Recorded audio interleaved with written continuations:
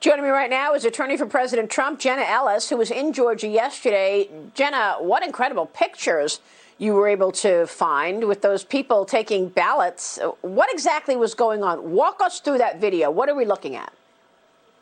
Yeah, it was absolutely shocking, Maria. And what happened is that at about 10:30 at night in that voting center location, the election officials told everyone to just go home, stop counting, and then 4 people remained behind. And you can see from the video that they reached under a table and took out 4 big boxes of ballots and kept scanning them through the night. And so this is what my co-counsel Mayor Rudy Giuliani described as the smoking gun. This verified the testimony that we already had from other poll watchers and other people who were there who said that they had to leave and that they described all of these irregular activities and the violations against the law. And importantly, I don't think anyone who is honest can actually look at this video and then all of the evidence that we've presented through the testimony of these very credible witnesses who are patriots just coming forward explaining all of the violations of the law that they've seen across these 6 states. And I don't think any honest person can look at all of this and say, yeah, this was an election that was conducted fairly. There's nothing to see here. Let's move on. So how many votes do you think are implicated by this? And are you going to be able to prove this in court, that this video is, in fact, suitcases of ballots? I want to get your take there. And also, the governor now, Brian Kemp, is saying that he wants a signature audit because of this video. He wants a signature audit from his Secretary of State. Is that the right move? Is that enough to actually prove your case, do you think, if you get a signature audit?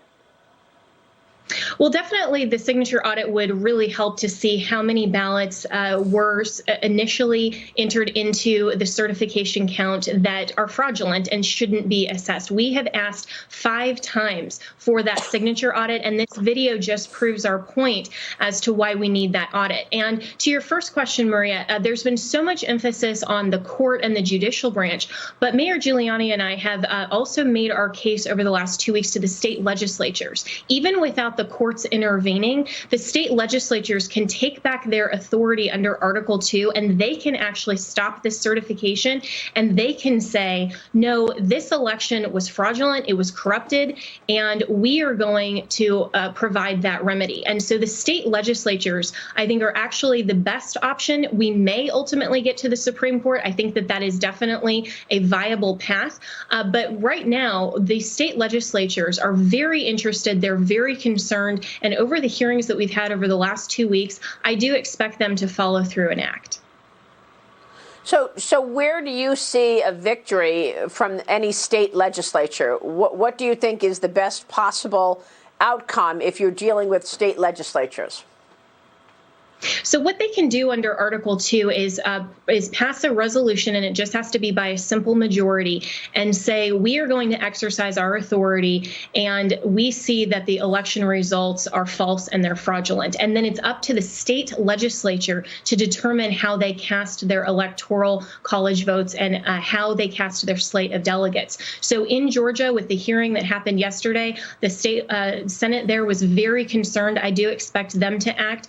Also in Michigan, we had a great hearing the day before, in Pennsylvania last week, and also in Arizona. So if these 4 states act through their state legislatures, that will actually not only affect the outcome of this election, but it will affect and provide the opportunity for us to show that this election was irredeemably compromised and there was so much fraud. And importantly, Maria, this is not just about overturning the election results. This isn't just about getting Trump reelected. Of course, we're representing the president, and I do believe that he won in a landslide, and we have shown that, and we can prove that. But this is about getting to a fair and accurate result, because we are a system of free and fair elections in this country, and we should not certify any false results. The state legislatures need to step in.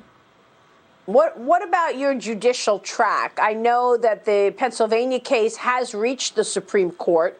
Mike Kelly, of course, pushing the idea that the ballots and the mail-in ballots, the absentee ballots, the rules were changed. When are you expecting to hear from the Supreme Court on Pennsylvania?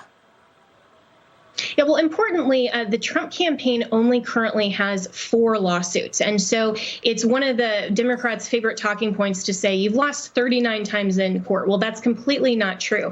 There are a lot of interested parties who have moved forward cases because they see the same concerns and they are interested in preserving election integrity as well. And so for Mike Kelly, he does have a great case, and I do expect that to get to the Supreme Court. But as far as the Trump campaign and our judicial challenges, initially, we simply sought an injunction or a halt on the certifications. Of course, those did move forward, and that's why we are now appealing directly to the state legislature. But we still have a lot of options and viable pathways for our cases to get to the Supreme Court. And I do expect that ultimately that will happen unless the state legislatures do step in. And if they do step in, then we won't need a remedy from the judicial branch. And that's why the state legislatures are actually the entity under the U.S. Constitution that can provide the best remedy, because they're the closest to the people. They're the people that we, the people, elected to represent us, and that's why the Constitution gives them that authority. So we're really hopeful in those 4 states